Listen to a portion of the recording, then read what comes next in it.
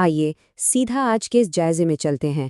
آج ہم تاریخ کے ایک نہایت ڈرامائی تصادم کو ڈیکوڈ کرنے والے ہیں، ایک ایسا تصادم جو ایک چاچا اور بھتیجے کے درمیان ہوا۔ خیر، یہ صرف کوئی عام واقعہ نہیں ہے، اس تاریخی دشمنی میں ایسی حیرت انگیز لسانی اور نفسیاتی گہرائیاں چھپی ہیں جو صدیوں بعد آج بھی بالکل اتنی ہی ریلیونٹ ہیں۔ چلیے اس میں گہرائی تک جاتے ہیں۔ ہم سیدھا اس بنیادی واقعے پر آتے ہیں جو کوہ صفا پر پیش آیا تھا۔ ذرا اس سخت اور زہریلی بد دعا پر غور کریں جو بھرے مجمع میں ابو لہب نے دی تھی۔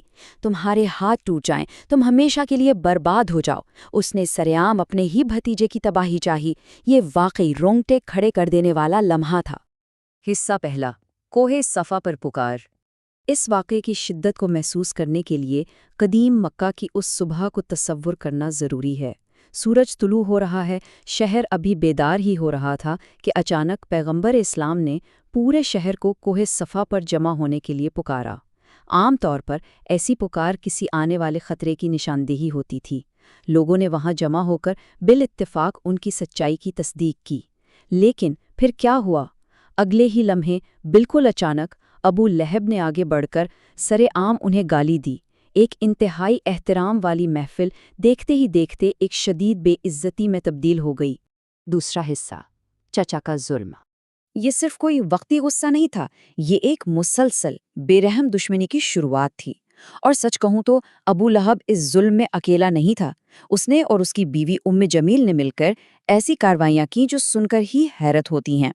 انہوں نے بازاروں میں ان کا پیچھا کر کے مذاق اڑایا، گلی کے بچوں کو پتھر پھینکنے کا حکم دیا اور شہر بھر میں بائیکاٹ کی مہم چلائی۔ ظلم کی انتہا دیکھیے، اس نے اپنے ہی بیٹوں کو حکم دیا کہ وہ نبی کی بیٹیوں کو طلاق دے دیں۔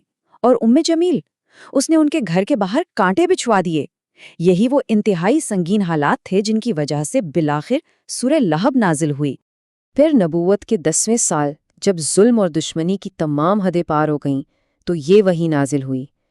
یہاں اس متن میں ایک بہت ہی قابل غور اور حیرت انگیز بات یہ ہے کہ اس میں صیغہ ماضی یعنی پاسٹ ٹینس استعمال ہوا ہے۔ اس کا کیا مطلب ہے؟ اس کا مطلب ہے کہ ابو لہب کی بربادی کی پیشگوئی کسی مستقبل کے لیے نہیں تھی، بلکہ اس کا انجام پہلے سے ہی مقرر ہو چکا تھا۔ جس لمحے اس نے وہ پہلی گالی دی تھی نا، بالکل اسی وقت اس کی تباہی پر مہر لگ چکی تھی۔ تیسرا حصہ، آگ کے باب کو ڈیکوڈ کرنا۔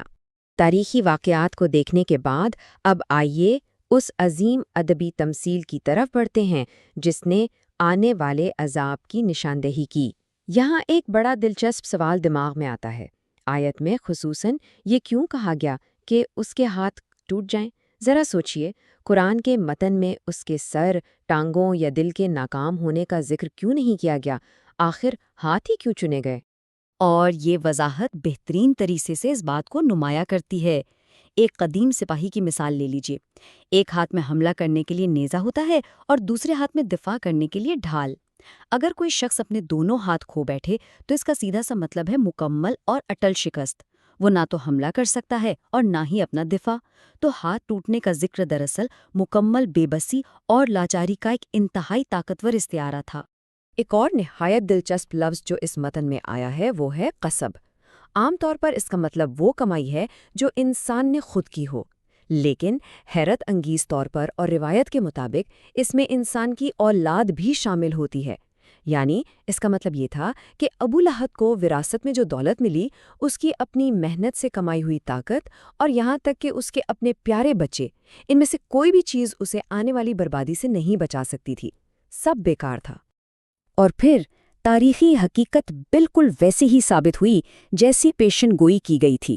ابو لہب ایک نہایت بھیانک اور تکلیف دہ موت مرا۔ اس کی بربادی اس قدر مکمل اور دردناک تھی کہ اس کے اپنے بیٹوں نے، جو اس کی قصاب تھے، اس کی سڑتی اور بدبودار لاش کو چھونے تک سے انکار کر دیا۔ سوچئے ذرا، نہ اس کی دولت کام آئی اور نہ ہی اس کا اپنا خاندان اسے اس عبرتناک رسوائی سے بچا سکا۔ چوتھا حصہ، ہار اور پھندا۔